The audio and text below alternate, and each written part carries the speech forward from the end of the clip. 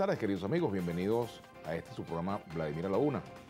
Hoy vamos a conversar con Germán Campos, quien es un investigador de opinión y es el coordinador, el director pues, de la empresa de investigación de opinión pública Consultores 3011.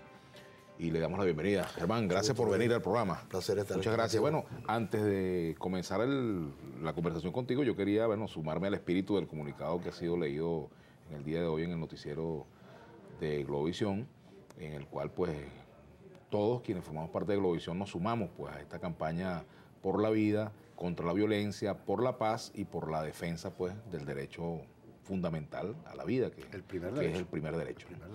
Bueno, Germán, precisamente en estos días la opinión pública, tema que tú manejas porque eres experto en eso de la evaluación del comportamiento de la opinión pública, ha estado muy conmocionada con el tema del asesinato de Mónica Spear, un hecho muy lamentable, y de su esposo. Me gustaría saber cómo ha sido el comportamiento de esta materia en los estudios de opinión que ustedes realizan con relativa frecuencia en Venezuela. Fíjate, Vladimir, es un hecho conocido por todos los estudios de opinión de distinta índole, con distinto enfoque. Desde hace ya, en Venezuela, ha habido ciclos, ¿no? Por cierto, yo a raíz de estos acontecimientos estaba revisando un poco la historia, ¿no? Y ha habido ciclos donde la delincuencia, la inseguridad, la violencia se ha convertido en el problema de mayor preocupación para los venezolanos. Estaba recordando, por ejemplo, que a finales de los 80, hubo también un ciclo muy fuerte, no solo por el número de delitos que se cometen, sino por las características, por la violencia con la que ocurren. No sé si tú recordarás, debes recordarlo, toda aquella historia a finales de los 80 donde los zapatos tenían un precio.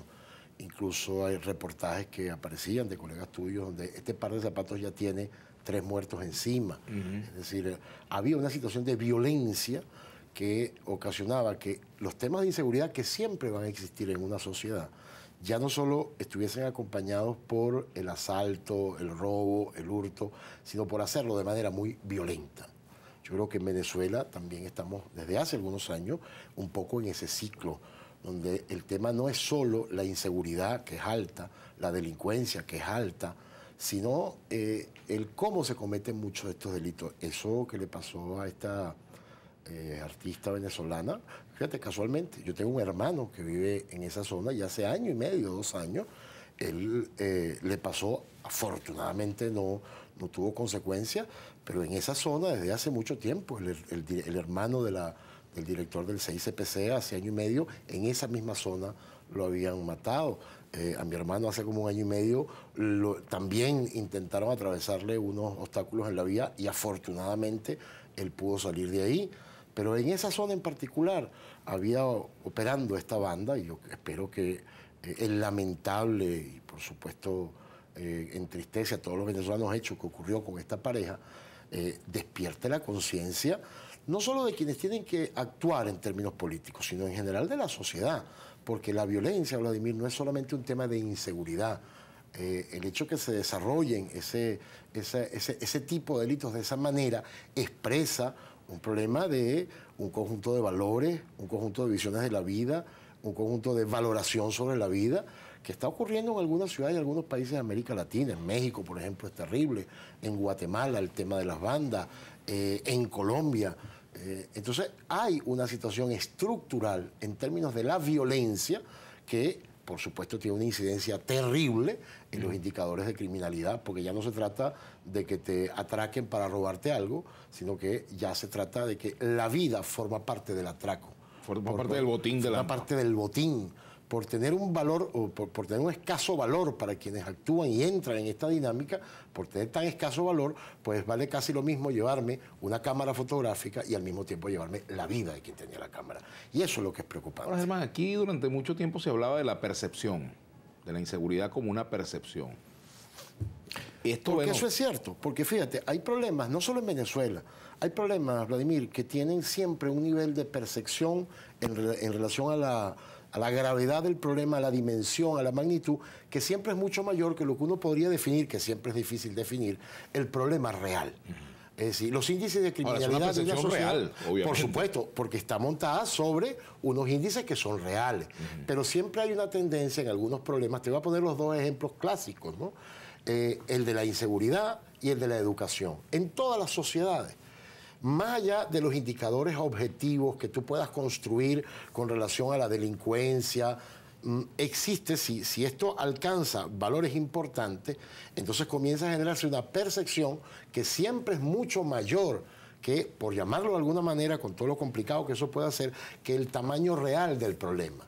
Y tienes problemas como, por ejemplo, el de la educación. Por cierto, esto ocurre en todas las sociedades. Y tienes problemas como el de la educación.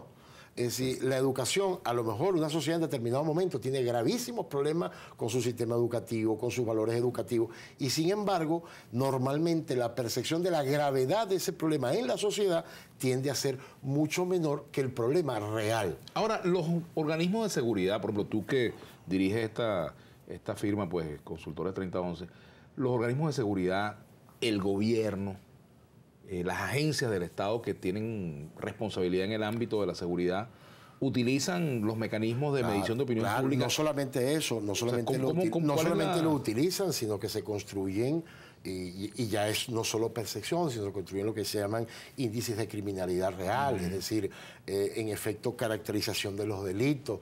Te voy a poner un ejemplo. ¿Ustedes en concreto han sido contratados, llamados para...? Hemos hecho estudios sobre ese estilo. Te voy a poner un caso bien simple, y quizá aquí sea una manera de verlo, ¿no? Hay ciudades, por ejemplo Madrid. Madrid tiene un lugar muy famoso que se llama el Mercado de San Miguel, que es muy famoso porque es muy bonito, pero también es muy famoso porque te roban la cartera. Es decir, pero no pasa sino eso. Es decir, lo que normalmente le dice a alguien es, ten cuidado cuando vayas al Mercado de San Miguel porque te sacan la cartera y no te enteras. Ahora, eso es un tipo de delito, evidentemente que no tiene las implicaciones que tiene si el delito llega a ya no tomarte la cartera, sino la vida. Pero si tú vieras ese índice en ese lugar, debe ser uno de los más altos del mundo. Sin embargo, eso no convierte el Mercado de San Miguel en un lugar donde la gente deje de ir. Igual sigue yendo, toma previsiones, algunos le terminarán extrayendo la cartera. Dicen que hay gente muy famosa en Madrid que dice que son unos artistas en extraerte la cartera sin que tú te des cuenta. Ese es un tipo de delito, evidentemente, es un tipo de delito que no tiene las consecuencias ni la gravedad que tienen otro tipo de delito. Ese tipo de delito se ataca de una manera, pero la percepción sobre ese delito, incluso en el caso de San Miguel, casi que se convierte en parte del turismo en ese sitio. Ahora, evidentemente, la percepción sobre otro tipo de delitos, como el caso del asesinato, pues traduce en percepciones mucho más dramáticas, que hace además que sea a veces más complicado que la propia sociedad se involucre en términos globales en el problema. Porque te hace sentir que no hay salida, que no hay solución, que el problema es tan grande y es tan complejo que entonces yo me reduzco a tratar exclusivamente, yo como individuo, de defenderme yo, de resguardarme yo, y de no entender que cuando se genera una situación de violencia, como la que se ha generado en distintos momentos en nuestra sociedad y en otras sociedades, el problema a abordar es complejo y requiere de una voluntad incluso de uno como ciudadano, más allá de preservar tu propia vida, por supuesto que siempre es una cosa que todo ser humano evidentemente intentará, pero creer que el problema se resuelve resguardándome yo, resolviendo el mío, cuidándome yo, eso evita que el problema de fondo en efecto se resuelva. Yo no sé si ustedes habrán medido la disposición de la ciudadanía a participar en planes de contingencia, de seguridad, en hacer algún tipo de aporte, porque claro, la ciudadanía no puede sustituir a la policía, claro, pero tiene un rol que cumplir. Así es, así es. La ciudadanía... El rescate de los espacios públicos, por ejemplo, es uno. Por ejemplo, y lo peor que puede ocurrir es cuando el ciudadano piensa que él puede sustituir los mecanismos represivos. Y yo creo que eso es una cosa que nos ha pasado, y eso es una cosa que nos ha pasado, y eso te explica cómo en Venezuela hay muchísimos ciudadanos que creen que es su derecho estar armado, porque esa es una manera de evitar que le ocurra a él o a su entorno familiar. Que por cierto las encuestas indican que la mayoría... Lamentablemente, las encuestas y los datos, terminan indicando que lamentablemente termina siendo al revés. Es decir, muchísimas veces lo que termina ocurriendo es que precisamente por tú creer que esa es la manera de defenderte, termina siendo asesinado con tus propios recursos, es decir, con tu propia arma, ¿no? Ahora, uno entiende que eso es una respuesta del ciudadano, que el ciudadano a veces intenta, porque es difícil, es complejo, pero evidentemente que el ciudadano tiene un papel y un rol que jugar en este tema. Tú mencionabas uno, el tema de los espacios públicos. Es decir, eso tiene que ser una política concertada de los gobiernos, pero además donde el ciudadano participe y se involucre, porque no importa que yo recupere espacios públicos, si el ciudadano siente que sí, está muy recuperado, está bonito, pero a las 6 de la tarde, hermano, yo no paso por ahí porque me siento igualmente inseguro, pues entonces no estás avanzando. Pero también tiene que haber de parte del ciudadano una especie de compromiso en entender que una situación de violencia, imaginemos, no solo en Venezuela, insisto, lo que ha pasado en ciudades como, en el caso de México, en Sinaloa, por ejemplo. No sé si tú has visto esas terribles fotografías. Las matanzas, eso que pretende amedrentar al ciudadano para que el ciudadano se encierre en su casa y quienes manejan y controlan todas estas mafias, normalmente vinculadas a tráfico de armas, narcotráfico, seguir apropiándose de los espacios. Yo sé que eso es complejo, es difícil, pero en Venezuela tendríamos que buscar un mecanismo y que el ciudadano empezara a desarrollar una conciencia de que tiene que participar de la solución de un problema que es estructural y que además atraviesa, porque ese es el otro tema, Vladimir. Hay eventos como el que ocurrió ahorita, que por supuesto por su impacto todo el mundo les pone la lupa, pero es que ocurren permanentemente otros a los que no se le pone la opinión pública la lupa de manera tan grande y son tan terribles como este. Y eso lo que termina produciendo es un efecto de amedrentamiento en el ciudadano para retirarse del ámbito donde hay que participar para resolver el problema. Y como decías tú, por supuesto, jamás pensando que la solución es que el ciudadano sustituye ni a los cuerpos de investigación, ni a los cuerpos represivos, y mucho menos a las cárceles. Sí, porque es un problema que tiene demasiadas aristas. El sistema carcelario es uno, esa es una de las aristas.